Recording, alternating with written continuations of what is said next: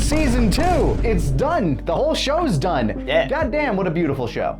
It's so incredible. I'm last minute to the Arcane fandom, but it's just such a incredible show that one of my partners showed it to me, and then I didn't have to wait as long for season 2. So I had kind of a similar thing happen. Like I watched through season 1 when it dropped, because like, did you ever play League of Legends? No. Okay. I did for a long while. I broke free of that curse. Still play Teamfight Tactics every now and again, which is like an auto battler based around it. But for season 2, I hadn't been able to watch like any of it because we were moving, and I was in this zone where it's like, okay, I can't absorb new things right now. Yeah. I put on old things in the background while I'm packing up or unpacking or building or taking apart furniture. But when I finally was able to sit down for it, I made it through a majority of the season, and I made it like just before the last batch was about to come out. Like I watched it on a Friday, and it's like like the final episode's coming Saturday. I'm like, hey, that's tomorrow. Yeah. So that's sick. Worked out for me on that front. I think like we're in this era of television and movies where you have to wait like up to 5, sometimes like 6 years to get like a new season of a show. Yeah. So I always wonder like what the fall off is on some of that, because you know, when we were coming up, when we were kids, it felt like every year like a show would come back. You know, you get new episodes. Like, you know, the Simpsons is an easy one to think of. It was like they haven't missed a season in like 30 something years, but now you have shows like specifically on the streaming model like Netflix, where like Stranger Things, I mean, it should be 1995 where these kids are at by now, by how much they've aged. Yeah. And Arcane, for obvious reasons with how beautifully it's animated and like how well put together it is, just took a while to come out. And I was wondering, was it going to be worth the wait? And yeah. That's the long and short review. Worth watching. So, from here on, spoilers. Spoilers. You actually have notes. I do have notes. Can we consult my notes? If you want to consult your notes, that's fine. I'm fine like going free flow on this, because that's usually what I do. But if you have like specific things that you wanted to like look at and talk through. Yeah, because we didn't know we were doing a video on Arcane when I made these notes. I just finished season 2 and just started like type. I was like, I have to get everything down. Feelings. Yeah. Because I was like, you know, when you have feelings on a thing, you're like, is this going to be a TikTok? Is this going to be a short post? Do I want to make a whole video out of this? And so we decided to use this as a tech rehearsal for using this space to record stuff. Yeah. The first note is just that it's like visually brilliant. Like the intros are just so beautiful that I'm stunned every time. Like it's like they have this blending of style where they have these like watercolor looking, like they look like, I mean, not necessarily watercolor, but you know what I mean? That sort of like very soft palette on each of the characters, but they're also detailed. And apparently like a lot of what this is they put so much detail onto the characters because they, I guess they matte paint the backgrounds like individually. I see. So that they, like when they're focusing on the characters, all they have to worry about is them, and they don't have to worry too much about the set around them. And it allows them to do this like beautiful work with these characters. They're so insanely expressive. Yeah. Like the character work, the eye line, the facial like twitches, every little things, these reveries that they have. They kind of like give out, you know, how they're feeling, what they're like, what's going through their minds, where you don't need this inner monologue. Their animation style is so good on the subtle level that when they kick it up to the action level, it's insane. Yeah. Because then their style changes too. They start adding in these like anime-like flares, these blasts. The scene I continue going back to when I think of like, you know, what made this such like a special action show was Echo and Jinx. I was about to say, that's what came to mind. I'm so glad you said that. Dynasties and Dystopia. Yeah. And that's another thing they're stupid good at, is the fucking needle drops. Yes. Dynasties and Dystopia is a scene that I will constantly go back to. I'm like, God damn! Yeah. It's so funny because like the soundtrack is so fucking good. Every season, I'm just amazed. No matter how you feel about Imagine Dragons. Like, yes. And honestly, I really like Imagine Dragons. I do too. And so like, and I recently discovered they have a full version of the intro version of Enemy, Really? There's the a cinematic different... like feel to it. Huh, And I like okay. it better, so I'm listening to that version now.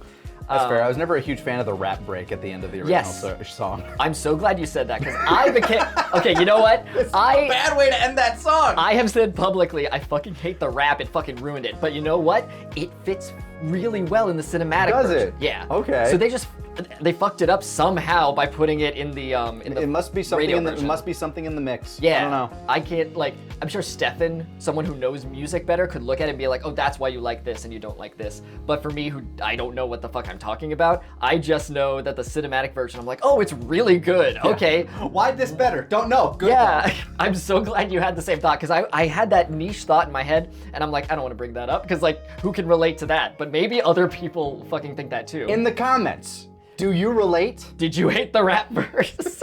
Go listen to the cinematic one, because the cinematic one isn't on, at least on the Spotify thing that I saw. It's not on the album for season 1 of Arcane. It's on the album for season 2. Season 1 has the radio edit of the song. Interesting. Okay. Yeah, because season 1 also had that one segment where they literally just did a whole music video to that thing with the band playing in the streets of Zon. Yeah. I'm like, okay.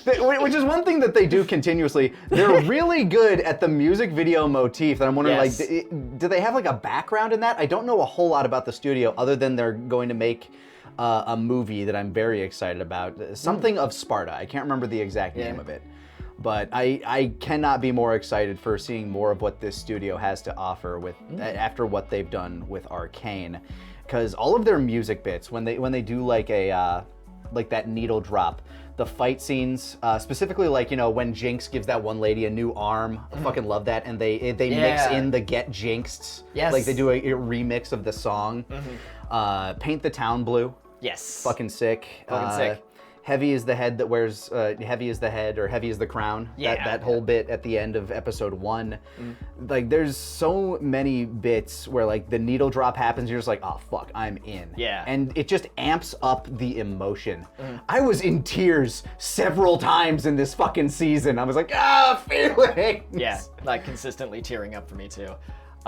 It's funny because, like, it's such a non-problem to have, but my only real complaint, and it's such a small thing, is that Paint the Town Blue, I feel like they kind of wasted, because I wanted it to come back. You know, it's such a good song. I agree, that, you know? especially because like it's painting it like, I mean, it's painting this picture, that, you know, Jinx has kind of become this icon, this like almost Che Guevara-esque rebel icon. Reluctant, like she doesn't want it. Yeah. But everybody looks at her as this rebellious hero. And you kind of figure like, and she's like avoiding it, shirking it throughout like a majority of the second act. And then the third act kicks in, and she finally comes in for her big damn hero moment. You almost like kind of hope that that song would come back, but it didn't. Yeah, no, we were watching it because Ash Nico, the artist who did it, it's great because I love Ash Nico. She is, you know, she kind of resembles Jinx a little bit, so she's been like embracing it. She has blue hair, and she's, she kind of resembles her. And so they asked her to do a song, and she gave them 2 different songs. And I do like Paint the Town Blue better. I'm glad they went with that one. But this was announced, you know, months ago. So I'm like, oh, fuck yeah, I'm really excited for this. She's been doing little videos on Instagram with the song and like dances and stuff. And then it was for the cold open, but it was, you know, we were just waiting for it to come back because we were like, oh, I thought it was going to be... such a good song. It's like, it feels thematic. Exactly. Like, why wasn't that... For the movement. Where's the fight scene? Because that would have been fucking sick in a fight scene, but instead it's kind of like in the beginning where it's like still images and like, it's nice, but still it's artistic, not... it's still artistically cool looking. Yeah. I wish it, like, we were just waiting, and anytime there was a cool moment, we were like, paint the town blue. Put it there. Do it again. Do it here, right here. Like when she comes in with the airship near the end. It's like, come on, hit it there. Yeah, no, it's... Or at least get jinxed again. I don't know. Something. Because they still had a needle drop. It just wasn't either of those. Yeah. So it's such a non-problem to have, right? That like, oh, we didn't realize how good the song was going to be. Like, oopsie doodle, like, you know, Ash Nico made it too good of a song, and now it feels underwhelming. Like, and then they have like all these other like songs. They're like, well, we got to use these too. Right. They can't kick any of the music out to make room for it. They were like, we're just gonna do it, I guess. So not a problem to Like, have. there are so many like music video moments that are just like really good, whether it's a fight scene or just like a nuanced emotional moments, like Caitlyn's mother's funeral, like everybody kind of like dealing with the Jinx's terrorist attack. Yeah.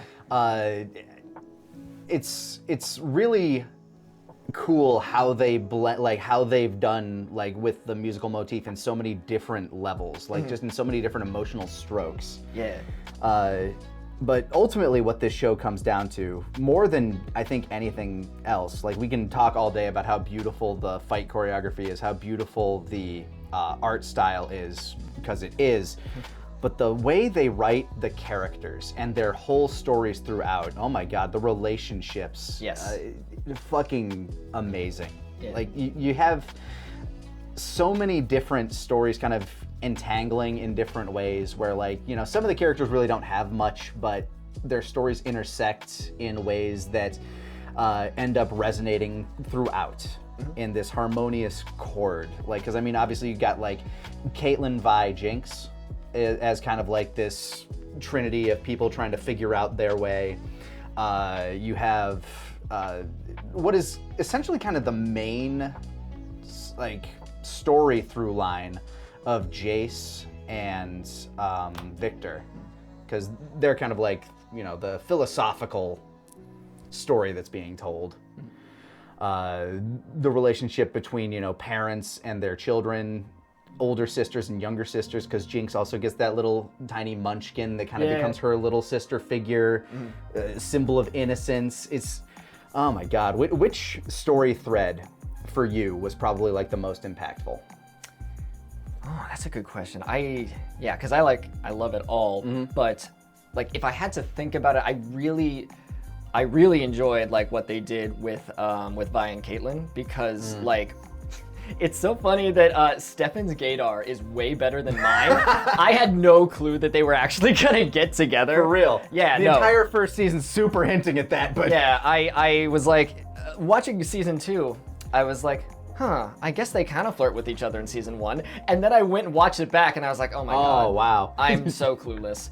No, constantly Stefan is pointing out things where like, you know, that they're probably into each other. And I'm like, I don't think so. Nah, they're just friends. I think it's a combination of... Well, there's no question now. This season puts that to bed. Yeah. Quite literally. Yeah, like really good, like really slow burn romance. How I describe with texture too. 'Cause, Yeah, like yeah. they have the bumps, but you can tell they still care about each other. Yeah. So that when they finally do like meet back up again and they have that moment of passion, it's so fucking earned. Yes. Like that scene was like, I wouldn't normally like look at it from like a gross lens, but they made it almost kind of impossible to with just how well they built it up. It's just like, oh my God, no, this is just a beautiful fucking love scene. When, well, because Caitlyn's got this like purity to her, where it's like, you know, while we were away, I did see somebody. Caitlyn, I don't fucking care. Yeah. Just like that was that's so funny. so real. That's I was so cheering. fucking real. Yeah. I was like clapping. I was like, yeah. Because they fit so much story into like every episode that none of the romance felt rushed at all, and they were able to fit so much like tumultuous, you know, shit that they go through. So like you're saying, yeah, it felt really earned. It felt really good, you know, and I didn't feel like they're just putting these characters together. I don't get that sort of emotional catharsis from on-screen romances very often, but that hit. Like that hit hard. Like to the point where it was like almost one of those ones where like, you know, being at the moment chronically single, that was like, oh, I wish I had something like, you know, like one of those hits. Yeah. And what you were saying about like the animation being so like human, you know, that I need some time to like mull it over and compare it to other pieces of media, but at the time, right now, I feel like it's the best animated sex scene I've ever seen. Yeah. Because like they giggle, there's like awkwardness to it, there's like softness to it. There's humanity to it. Yeah, it feels like you're like better than you're watching a live action scene. It feels so human that I was stunned. Like I was like speechless watching it. Apparently, in order to get Shut up. Apparently, in order to get that on Netflix the way it was, because it is like a little raunchy near the end, like kind of like tilting that TV 14 to TV MA, like just a little bit. I was wondering like how much are they gonna show? It's very tastefully shot, but it's also very suggestively shot. Yeah. Apparently, the initial cut they shot was way more graphic, so that when they wound it back, it was like, okay, no, this works. That's funny, and that's what you have to do. I Yeah. feel is like really push it like negotiating tactics, Yeah. and then you get what you want because you asked for more, and they made you tone it back. Yeah, I remember seeing that they got a slap on the wrist. And then they wound it back, and that's what we ended up with. Like, you know Yeah. what? Good. I'm glad they went gross before they did the real one. Yeah, and it's like that's what I'm the original question of that you asked was what Emotion, like the character arcs. Yeah.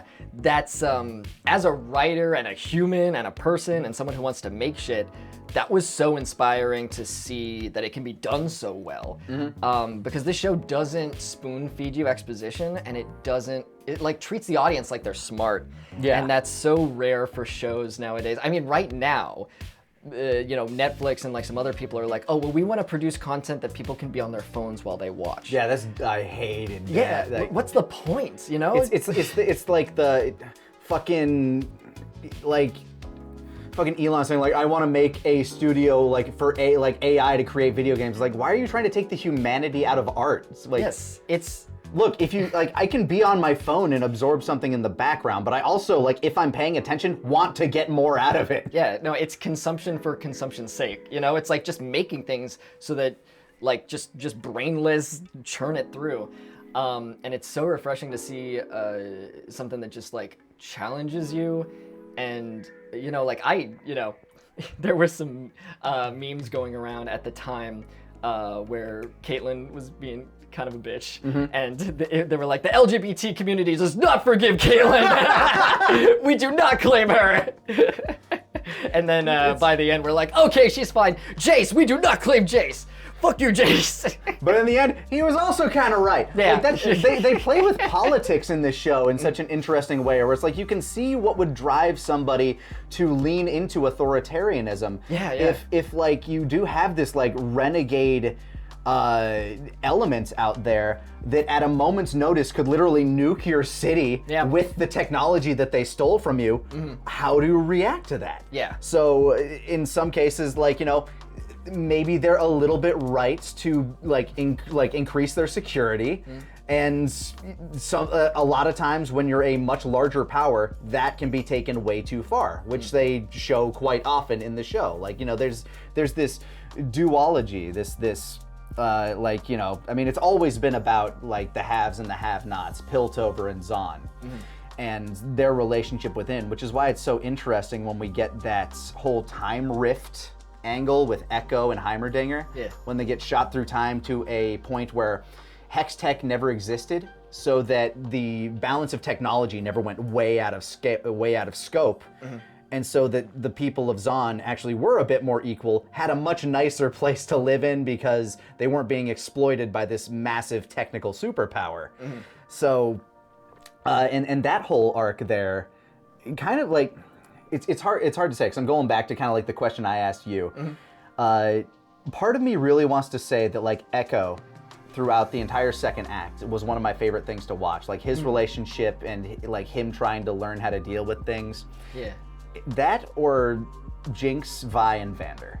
Like their whole dynamic. And of course Jinx's little ragamuffin, who I don't remember the name of, but that whole arc broke my fucking heart.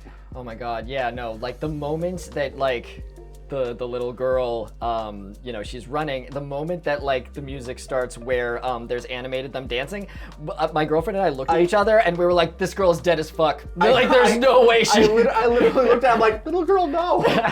They're not gonna show this unless they're gonna like kill her. I cried to the point that my dog had to comfort me. Yeah. Mr. Stig was just like, I'm like, yeah, buddy. Yeah, it fucking sucked. That little girl is just this representation of all of what like Powder was, all of her innocence. Yeah. And she's just this like downtrodden little girl that Jinx finds and saves. I love the scene that she shows up where she's just being like, chased like Aladdin through the streets by these fucking cyberpunk thugs. Yeah, yeah. And then Jinx runs in and they're like, oh shit, she kills all of them. Yeah. And just like jokes with the kid. You know that feeling you get when like your head's buzzing and all of a sudden you can just go poof at any moment? And like pointing the gun at the kid the whole time. Yeah. Remember that feeling. Yeah. It's fucking great. Yeah, best feeling in the world? Like, oh, okay, well, are we gonna fuck up a child? Yes. And then as we continued, we were like kind of laughing about how like, oh man, she's fucking up this child. I wonder like how that consequences of that are gonna happen. And then that happened. Oh my God. And like all kind of like revolving around Vander, which part of me was kind of like, oh, I can't believe they brought him back. Like I kind of wish they'd let him die. But then by the end of the arc, I'm like, no, that was the right choice. Yeah. I felt the same way where I'm like, oh, are we, because in this show, I really like that death means something because, you know, so many shows are like, kill off a character, but no, we're going to bring him back. And then it's like, well, who cares then? Yeah, what's the problem? Yeah. You run into that supernatural issue where it's like, how many times have Sam and Dean died? Yeah. I don't fucking know. Which also, it's, I made a TikTok about this, but it is so funny that like, if I had a nickel for every time that Arcane does a sex scene where something horrific is happening to another person that they care about at the same time, I'd have 2 nickels, and Arcane has 2 sex scenes. It's so funny, and I love how it was done, but it's fucking hilarious. One whole dime. Yeah, I saw a meme where Jinx looks really, really sad. She's like, I'm going to kill myself. And then it's Vi and Caitlyn just sucking on each other's faces at the same time. It's so good. Yeah, no, it's I am death means something. I am very glad that Jinx had a lot more room to grow in this season, because the first season she was just kind of this like it's not that she didn't have any character development in the first season. She had a lot of character development, but this we actually got to see her become a person again. Right, yeah. Whereas in the first season she was like kind of shattering. In this one she was kind of getting put back together. Yeah, and also like you were saying, like Echo's whole thing, that the suicide scene actually is so it is so yeah. Why beautiful. is this always a dance with you? Right. Yeah. Because right after like he finally got to see the human side of her again, and so he recognizes that in her when he goes back to his time, and she's just constantly like blowing them up. He's like, fuck! It's the funniest suicide scene I've ever seen. Yeah. Because I love the metaphor of like, every time she blows herself up, Echo gets singed, like he gets hurt, you know, and she by notices the explosion. too. I like to. Yeah. What's up with that? And then she like notices the instrument that he has. It's like that's something that she would have made. Yeah. I love that. I loved that whole scene. That might be one of my favorite scenes in the show, where he's constantly trying to talk her out of like blowing herself up, but she's constantly doing it, so he has to go back in time and then like say something new. Yeah, like we gotta get it right this time or I'm gonna get fucking burned again. It's like, I'm just gonna sit down, maybe don't blow us both up for a sec. Yeah, so much trust. My heart kind of dropped when he sat down and gave up, and it was like I'm just gonna talk to you like this because I don't want to do this anymore, because I'm like, is she gonna blow them up? Like, how is this gonna end? So that was really beautiful that, you know, Echo and Powder and Jinx, you know, technically like the same character, but totally different in these different dimensions. Echo gets all this development with both of them, you know? Yeah. I did like that they gave Echo a lot more to work with this season. Like how he's still kind of a secondary character for the most part, but he does actually, you know, affect the plot in a much more meaningful way this time around, as he's exploring the hex technology, the hex core, that is, I guess, another kind of allegory for climate change at this point, where, you know, you're using too much of this thing and it's going to destroy the world, which is what we kind of end up with as our final climactic problem to deal with. But I made an AI puppy eating ice cream, and it only cost half the rainforest. Yeah, have you seen this video of these cats working out? Look how swole this cat is. It's fucking hell. Guys, stop killing the rainforest on fucking grok. Jesus. It's like, you know, just this misuse of technology, as useful as it is, becoming like a problem because it's unsustainable, which is the entire thing that Jace and Victor are kind of exploring throughout. Because Victor essentially just becomes magic cyborg Jesus. Yeah, he's Jesus. Like, that's our reaction when he has the disciples at the end. I'm like, oh, so Victor is Jesus. That's all right. We're doing this. Cool. Yeah, because he's able to go to these people who have been affected by Shimmer and essentially like soothe it into their bodies by manipulating the actual force of the Arcane, title drop, to basically merge it with them and heal all those people that you saw in the Undercity who were like, growing those like horrible purple tumors and, make them feel soothed. But it also kind of makes them part of the hive mind. So you got this weird sort of like, his intentions are obviously pure, but then they get sort of like tainted over time because, as is the case, absolute power corrupts absolutely, and he kind of loses scope of humanity. Yeah. And that's where we end up at the end, where he's just like, no, I need to bring everybody into the fold. That way we can all be at peace and there will be no more war. And so this like, we get this scene where Jace gets blasted into like this far off future where the only things that still live and move are a mysterious cloaked figure, which, oh God, who could that be? Who could it be? And these robotic automaton dolls that are controlled by, I guess, resonant forces in the Arcane, or maybe Victor's consciousness, who knows? And he realizes, oh shit, I gotta stop whatever the hell this is from happening, which is essentially destroying the Hex Core.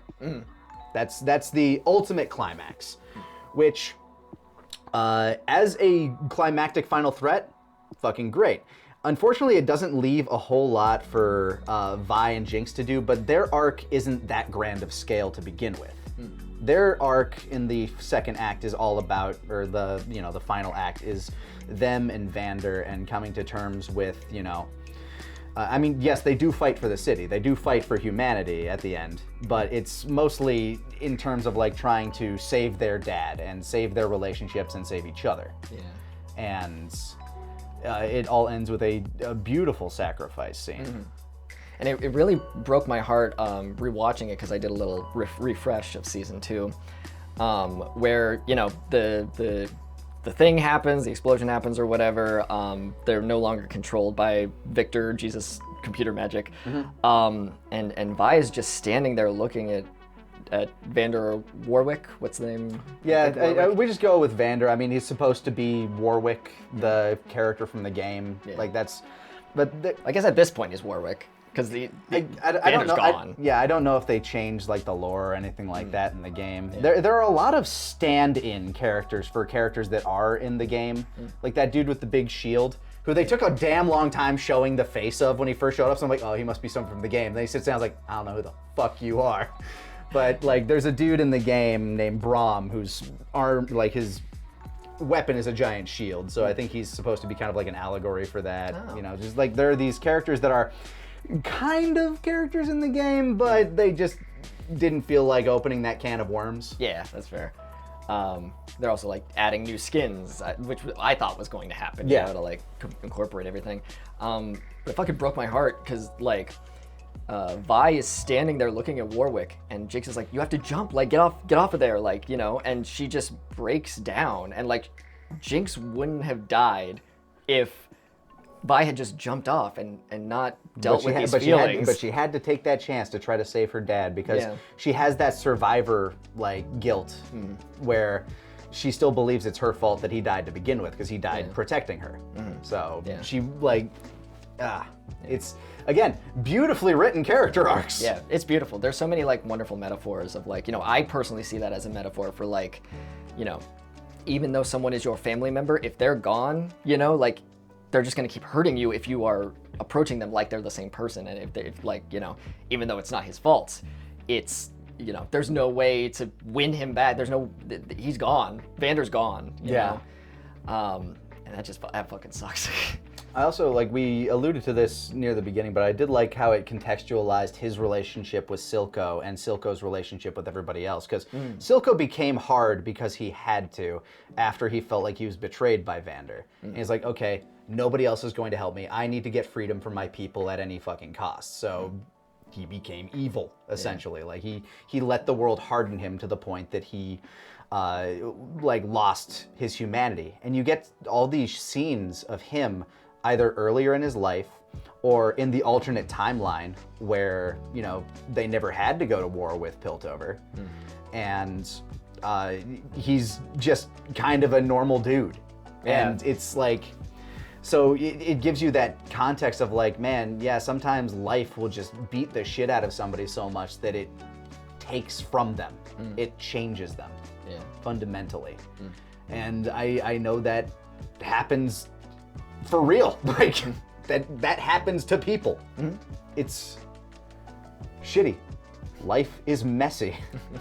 And to recontextualize a villain like that, who, I mean, he was the villain of the first season. He was a sympathetic villain for sure, but a villain nonetheless. It was very interesting to me. And I'm also glad to hear that actor more, because I think that actor's great. Yeah. Yeah, you got more notes. Let's see what's in my notes. Needless to say, I highly recommend watching the show if you haven't. Avoid the game. Watch the show. The game will eat your life. I described this show for people who haven't seen it as like fans. I can feel like fans are making it in the best way because, like we were talking about before with the music, they've kind of like really perfected what an AMV is, you know? Just make a cool music video with your characters doing cool shit and people really like it. And it feels like fanfic in the best way, because they're like exploring like tropes and ideas that mainstream shows just aren't. Like I didn't realize, Caitlyn and Vi first meet in the prison. Like that's a fanfic. That's the beginning of a fanfic. Yeah. That setting, you know? Oh my God, and I'm realizing, I'm connecting something right now. They meet in the jail when Vi's in the jail, and then later before they have sex, that's the same. Yep. I'm connecting that right now. Wow, that's beautiful. Yeah. The moment Caitlyn stepped in there, for some reason, like she was opening it, I was like, they're gonna have sex in this jail cell. I don't know why. I immediately was like, fuck in here. I think it's because I've read so much fanfic. I'm like, they're gonna fuck here. Again, that whole scene is so beautiful because it also like goes into Caitlyn's whole character arc of forgiveness. Yeah. And like learning to like not just, you know, the world is not so black and white, because that's where she kind of started as a character in season 1. She's this like pure little creature raised with like a silver spoon in her mouth, who just believes in justice and Piltover, and anybody who stands against that is wrong. And then she's kind of proven like that's kind of embedded in her after her mom is killed by Jinx. And then she has to go through this entire arc where she's essentially a fascist. For the majority of the second act. Yeah, she's like, hey, girlfriend, we'll become a cop for a bit, actually. I think that'd be cool. Not just any cop, like a goose-stepping, heavy-booted cop. Yeah. Like, stepping on the necks of our civil liberties kind of cop. Yeah. And then she, like, reconnects and, like, kind of refocuses once she meets Vi again. And it's like, okay, so, like, because they're literally about to storm a hippie commune that's unarmed. Yeah. And so she's like, okay, something about this ain't right. Maybe step back. Oh, Vi's here. Okay, that's a sign. Okay, take it back. And this all leads to finally at the end of that entire thing where Jinx is broken by the loss of the innocence of that poor baby girl. She's just in the jail cell and she's like, just kill me. Like, and Caitlyn's like, is this what this is all amounted to? And she helps Jinx escape. And then she lets Vi know, like, that whole scene, that lead up there is like, do you really think I needed everybody at the like, you know, the event that's going on out there? Do you think I needed all these guards out of there? And Vi's like, oh, you beautiful bitches. We forgive Caitlyn. The LGBT community forgives Caitlyn. Again, it's such a beautiful bit of character writing, beautiful scene in general. Like, I can't think of many things in this show that I would say, like, I didn't like. Yeah. The only things I could possibly think of is, like, I just wanted more. Like, I wanted more of it. The entire first act where, I guess it's like only part of the first act, where the Undercity is trying to find its new leaders, I felt like it was a little too rushed. Like, all the crime bosses died real quick. Yeah. Granted, all of the scenes were great for them, but I do, like, this is me who really loves shows like The Sopranos, The Wire. I really liked The Penguin. I like the idea of this Undercity sort of like mafia-like political sort of drama going on in the background that just kind of got dusted away real quick, which I understand why. The overarching story would not have benefited from that. Yeah. But it felt like most of those Undercity characters kind of got pushed way to the background by the middle of the second act. And Yeah. it's a shame because so many of them were really cool. Mm-hmm. Yeah, no, I was shocked to learn. I love Smeech.